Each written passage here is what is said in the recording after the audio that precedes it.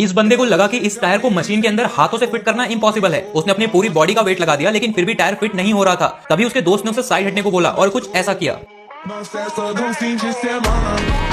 ओ भाई, इतना महंगा और ब्यूटीफुल गुब्बारा बस एक फोटो के लिए यूं ही हवा में छोड़ दिया। पहली नजर में मुझे भी यही लगा था, लेकिन आजकल जो दिखता है वो होता नहीं है। गुब्बारे में लगे हैं पूरे 200 रुपए। तो ये भाई साहब इसे इतनी आसानी से कैसे जाने देंगे। तो भाई ये आदमी एक फेमस पहाड़ पे घूमने गया था, जहाँ उसने देखा कि एक बच्चा सीढ़ियों को छोड़कर रेलिंग से बहुत ही तेज नीचे जा रहा है। उसके पीछे पीछे उसके पापा भी लगे हुए थे, क्योंकि ऊपर से नीचे तक कुल 2000 सीढ़ियां थी। अब इतनी सीढ़ियां उतरने से अच्छा टाइम बचाने के लिए वहाँ के लोकल लोग इस टेक्निक को सीख लेते हैं, और बच्चे बड़े सभी को किसी भी काम के लिए नीचे जाना होता है तो वो सीढ़ियों से नहीं ऐसे ही जाते हैं। लेकिन भाई चढ़ना तो खुद से ही पड़ेगा। ये आर्टिस्ट एक ऐसी यूनिक पेंटिंग बना के लोगों को दिखाने वाला था जैसा आज से पहले कभी किसी ने नहीं देखा था। लेकिन लोगों को समझ नहीं आ रहा था आखिर इतने छोटे कैनवास पे कैसी पेंटिंग बन पाएगी, और लोग इस आर्ट को बकवास कह रहे थे। शुरुआत के 10 सेकंड तक तो आपको भी यही लगेगा कि इस पेंटिंग में कुछ खास नहीं है, लेकिन जैसे जैसे आर्टिस्ट आगे बढ़ता है लोगों को समझ में आने लगा कि क्यों वो इसे दुनिया की सबसे यूनिक पेंटिंग बता रहा था। और जब पेंटिंग का 1/4 हिस्सा तैयार होता है तो वो इतनी खूबसूरत लगती है कि देखने वालों की आंखें ठहर जाती हैं। लेकिन इस आर्टिस्ट का असली टैलेंट लोगों को तब समझ आया जब वो पानी को पेंट करना शुरू करता है, क्योंकि उसकी डिटेलिंग इतनी बेहतरीन होती है कि असली और पेंटिंग के बीच फर्क बताना मुश्किल हो जाता है। उसने सामने के पत्थर को भी इतने डिटेल के साथ बनाया कि पेंटिंग और असली दुनिया के बीच कोई फर्क ही नहीं बचा, और अब उसकी पेंटिंग पूरी तरह से गायब हो चुकी है। आपको लग रहा होगा कि ये बंदा फालतू में किचन की डाइनिंग टेबल का शीशा क्यों छील रहा है, लेकिन ये बंदा असल में चेक कर रहा है कि डाइनिंग टेबल का शीशा असली है या नकली। आप भी एक धारदार ब्लेड लेके अपने घर में ऐसे ही किसी भी शीशे को किनारे से छील के चेक कर सकते हो कि वो शीशा असली है या नकली। अगर शीशा नकली हुआ या फाइबर से बना हुआ तो उसे छीलने पे ऐसे स्प्रिंग जैसा लंबा पीस निकलेगा, लेकिन अगर शीशा असली हुआ तो वो टूट जाएगा। भाई इस लड़की को पता था कि उसका बैग इस छोटे बॉक्स में डालने से टूट सकता है या उस पे खरोंचे लग सकती हैं, लेकिन फिर भी एयरपोर्ट वालों ने बोला कि ये उनकी एयरलाइन कंपनी का रूल है और हर कस्टमर को इसमें अपना बैग डालना पड़ता है, और अगर बैग फिट नहीं हुआ तो वो आगे नहीं जा सकते। उसने जैसे तैसे बैग को अंदर डाल ही दिया, लेकिन उसे बाहर निकालना भी उतना ही मुश्किल था। लेकिन उसने अपना पैर अंदर रखा और बैग को अच्छे से पकड़ के पूरी ताकत लगाई और एक बार में बैग को बाहर खींच लिया। तो इस लड़के ने पिज्जा के पैसे तो दे दिए थे और पिज्जा का इंतजार कर रहा था, लेकिन उसके दोस्त ने बोला कि भाई एक बार अपनी किस्मत भी आजमा लेते हैं। दोस्त की बात मान के उसने अपने पास रखा टाइमर स्टार्ट किया और इसे एक्जैक्टली 10 सेकंड्स पे रोकने की कोशिश की, और उसकी किस्मत काम कर गई। उसका एक पिज्जा फ्री हो गया। उसने सोचा एक बार और ट्राई करते हैं, क्या पता उसके दोस्त का भी पिज्जा फ्री हो जाए। और दुकान वालों को यकीन नहीं हो रहा था कि उसने दूसरी बार भी टाइमर 10 सेकंड्स पे रोक दिया और दोनों का पिज्जा फ्री हो गया। तो इस लड़के को खाना खाने के बाद बिल पे करने वाली डायरी में एक लाल रंग का खिलौना दिखा। तभी वेटर ने बताया आज क्रिसमस के चलते रेस्टोरेंट में एक ऑफर चल रहा है, अगर आप इस सेंटा क्लॉज को एक हाथ पे ऐसे बैलेंस कर देते हो तो आपका पूरा बिल फ्री हो जाएगा। ये सुनकर ये बंदा एक्साइटेड हो गया और उस सेंटा को अपनी उंगली पे बैलेंस करने का ट्राई करने लगा। ऐसा करना इम्पॉसिबल था, लेकिन फिर भी ये हार नहीं मानता और ट्राई करता रहता है। तभी उसके दिमाग में एक आइडिया आया और वो अपनी बेल्ट निकालने लगता है। किसी को समझ नहीं आ रहा था कि आखिर वो करने क्या वाला है। तभी वो उस बेल्ट को सेंटा के ऊपर लटका देता है और दोबारा सेंटा को उंगली पे बैलेंस करने का ट्राई करता है, और इस बार वो ऐसा कर भी लेता है। किसी को भी उस पर विश्वास नहीं हो रहा था, लेकिन क्या फर्क पड़ता है, उसका बिल तो फ्री हो ही गया। भाई कोई इस लड़की की बात ही नहीं मान रहा था कि वो इन टी शर्ट्स पे ऐसे डिजाइन गटर के ढक्कन से बनाती है, तो उसने लोगों को लाइव ऐसा करके दिखाया। वो पहले एक गटर का ढक्कन ढूंढती है और उसको साफ सुथरा करने के बाद वो ढक्कन को पेंट करना शुरू कर देती है, और पूरा पेंट करके 100 रुपए का एक टी शर्ट लाती है और ढक्कन के ऊपर बिछा देती है, और उसे थोड़ा देर छोड़ने के बाद हो गया काम, और इसे सावधानी से उठाया और बन गया ये टी शर्ट।